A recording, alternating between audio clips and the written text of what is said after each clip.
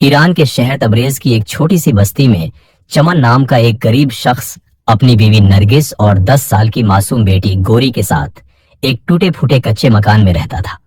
उनका घर इतना गरीब था कि वहां गोश्त मुश्किल से साल में एक बार सिर्फ बकरा ईद पर ही पकता था। साल भर की दुआएं और उम्मीदें बस उसी एक दिन से जुड़ी होती। गोरी एक छोटी सी भोली बच्ची थी। उसका मन हमेशा ईद के ख्वाबों में खोया रहता। वो रोज अपने बीमार बिस्तर पर पड़े अब्बू से पूछती, अब्बू, बकरा ईद में कितने दिन बाकी है? चमन, जो अब बिस्तर से उठने लायक भी नहीं रहा था, हमेशा मुस्कुराकर जवाब देता, बस बेटा, ईद आने वाली है, थोड़े ही दिन बाकी हैं। अब ईद आने ही वाली थी। ईद से 7 दिन पहले गोरी फिर से अब्बू के पास आई। उसकी आंखों में वही चमक थी। अब्बू, बताओ ना, ईद कब आएगी? हम गोश्त कब पकाएंगे? मैं गोश्त खाऊंगी ना। चमन ने अपनी नन्ही सी बेटी को दिलासा देते हुए कहा, बेटा, इंशाअल्लाह इस बार हमारे घर भी गोश्त आएगा। गोरी की आंखों में चमक आ गई। वो खुशी से उछलने लगी। सच अब्बू? सिर्फ 7 दिन? फिर तो हमारे घर भी गोश्त पकेगा। अम्मी कबाब बनाएंगी, हम सब खाएंगे।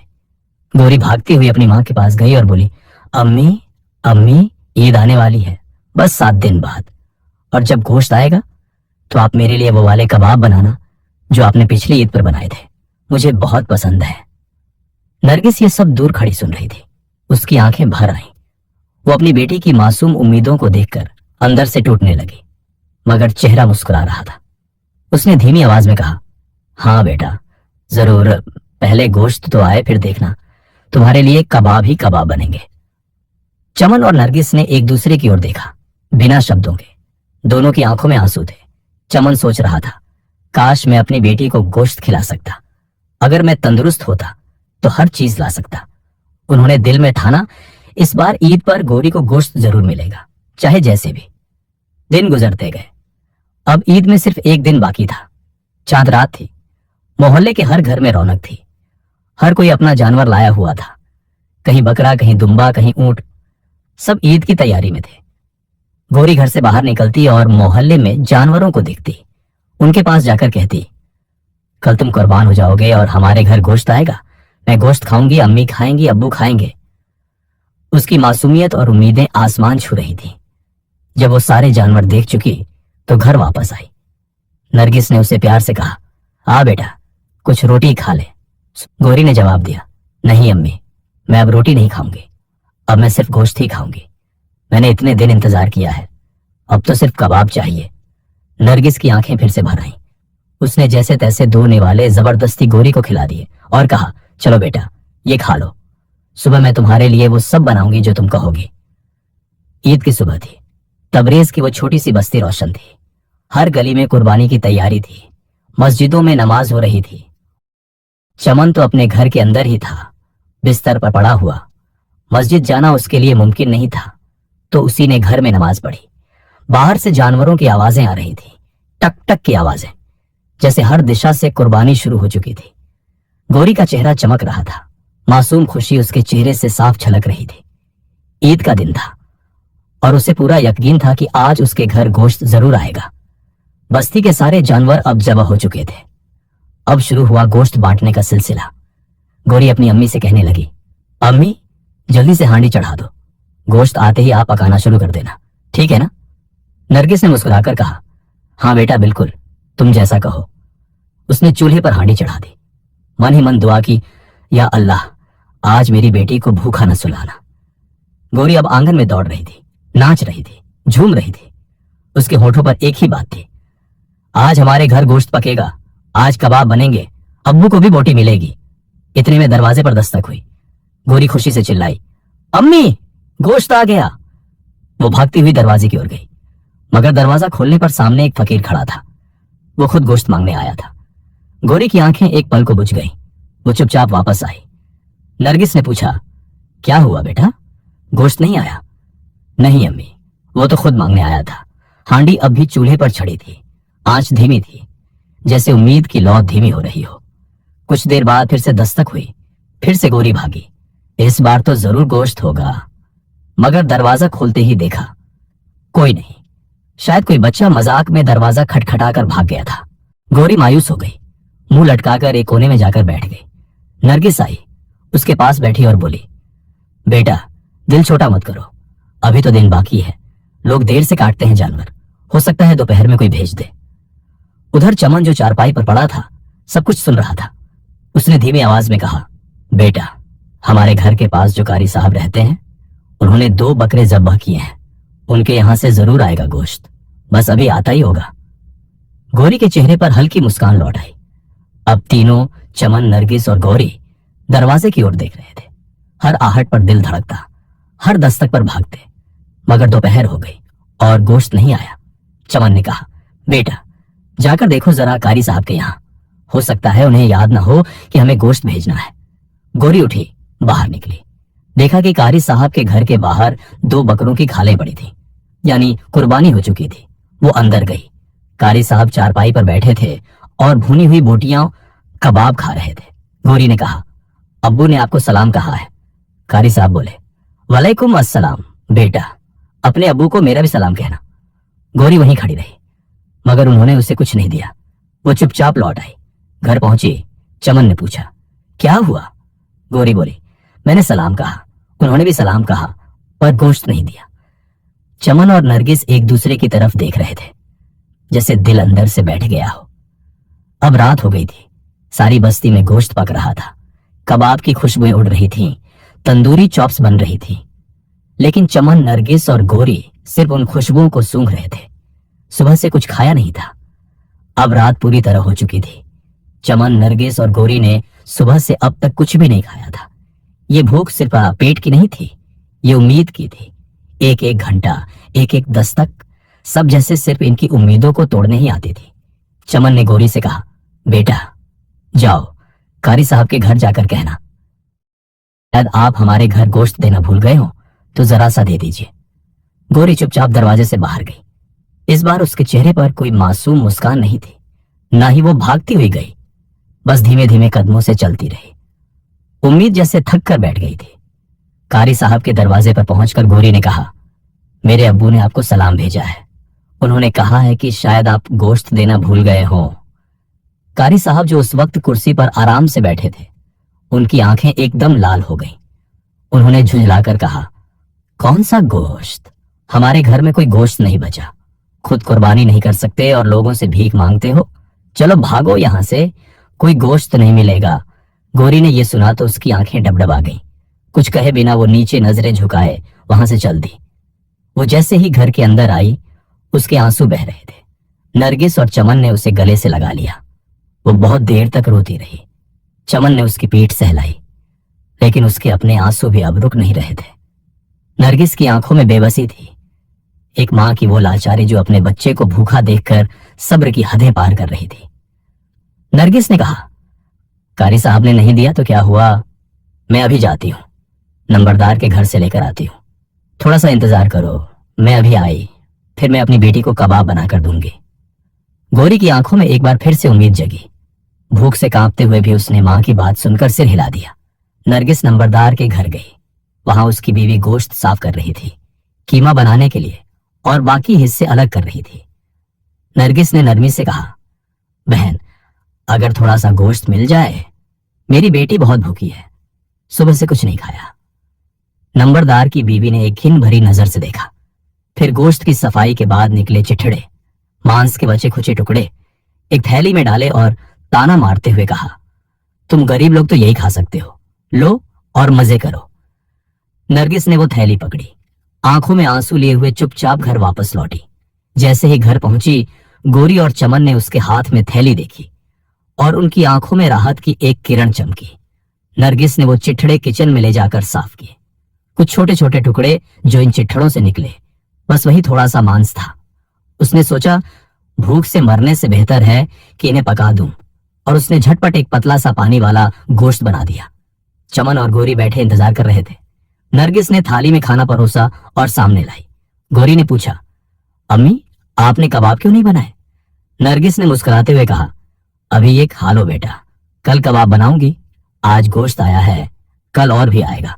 गौरी ने सिर झुकाकर पूछा, लेकिन अम्मी अगर गोश्त ही नहीं आया तो आप कबाब कैसे बनाएंगी?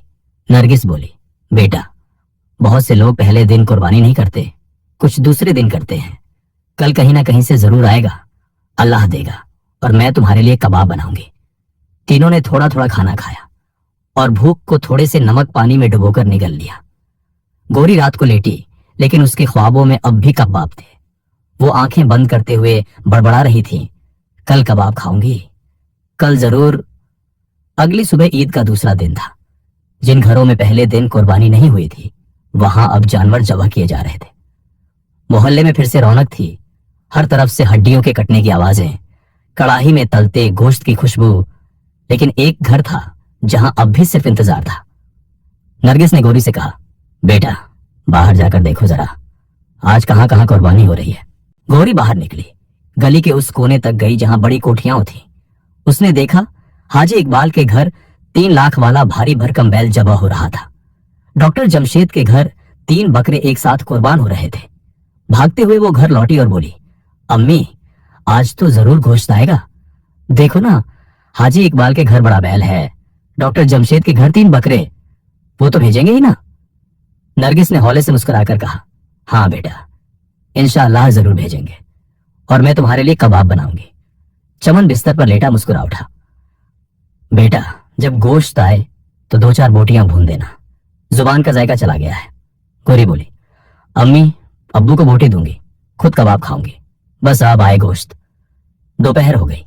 तीनों, चमन, नरगिस और गोरी, अब भी दरवाजे की ओर उम्मीद से देख रहे थे। तभी दरवाजे पर दस्तक हुई। चमन ने कहा, बेटा देखो जरा, हाजी इकबाल या डॉक्टर जमशेद का कोई होगा, जरूर गोश्त आया होगा। गोरी भागती हुई दरवाजे पर गई। दरवाजा खोला तो एक अजनबी सा आदमी एक थैला पकड़ा गया और बिना कुछ कहे चला गया। गोरी चिल्लाई, अम्मी गोश्त आ गया, गोश्त आ गया, जल्दी से कबाब बनाओ। चमन ने भी आवाज दी, मेरी बोटियां भी तल देना।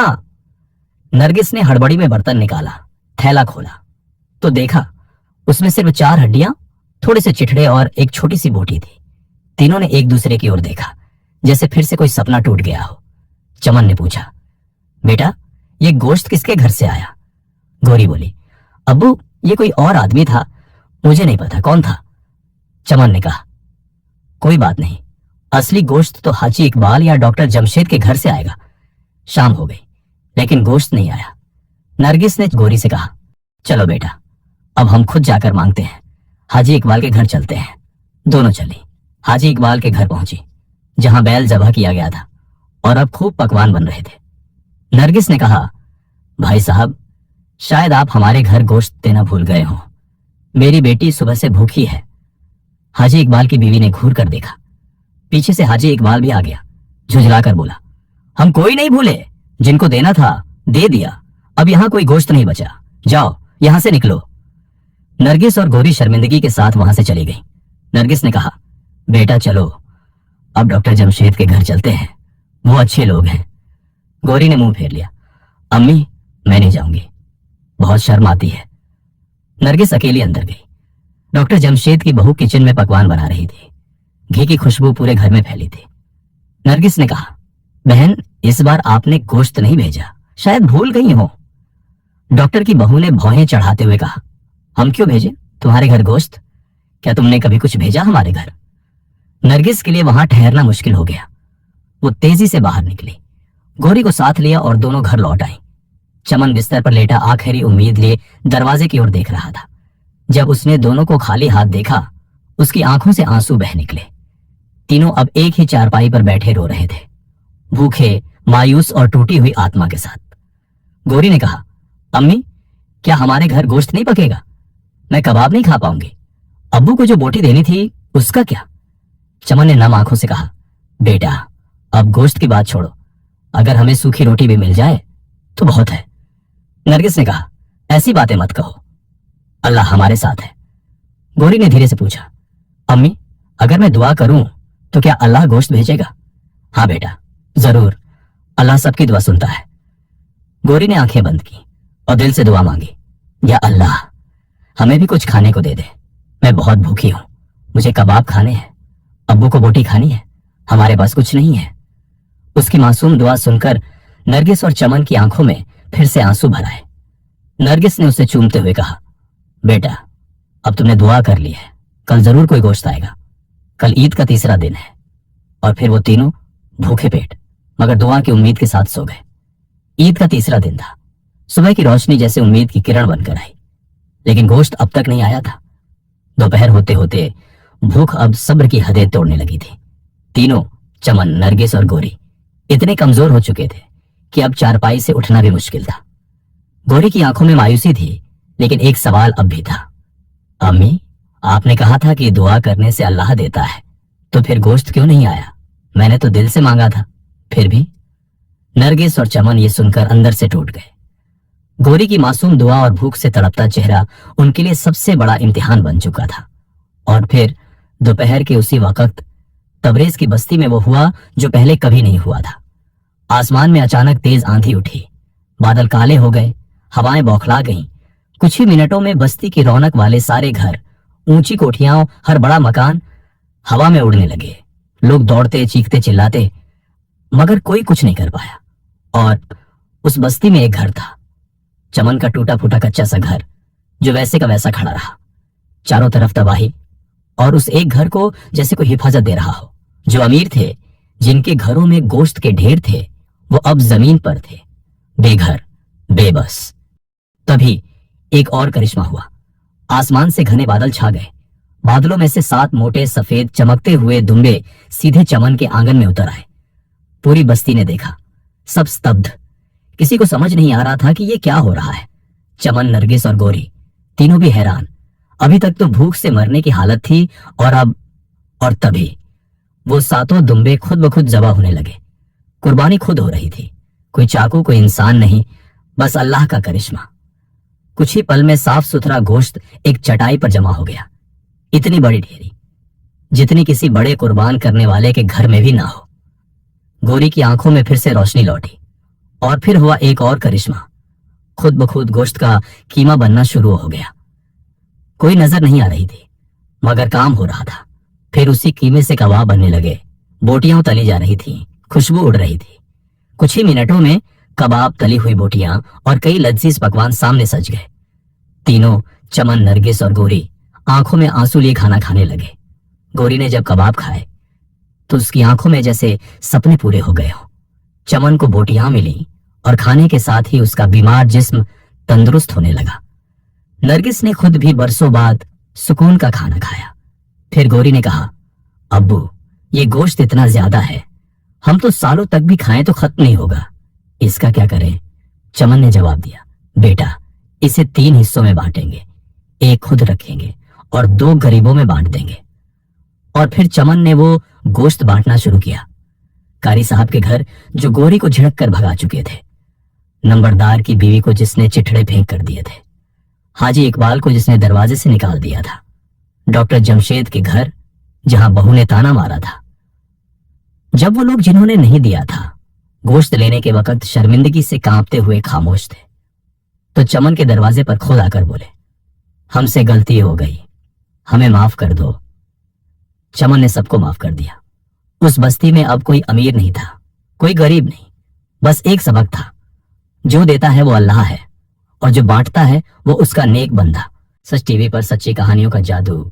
सच्चाई हमेशा जीतती है, चाहे रास्ता कितना भी मुश्किल हो।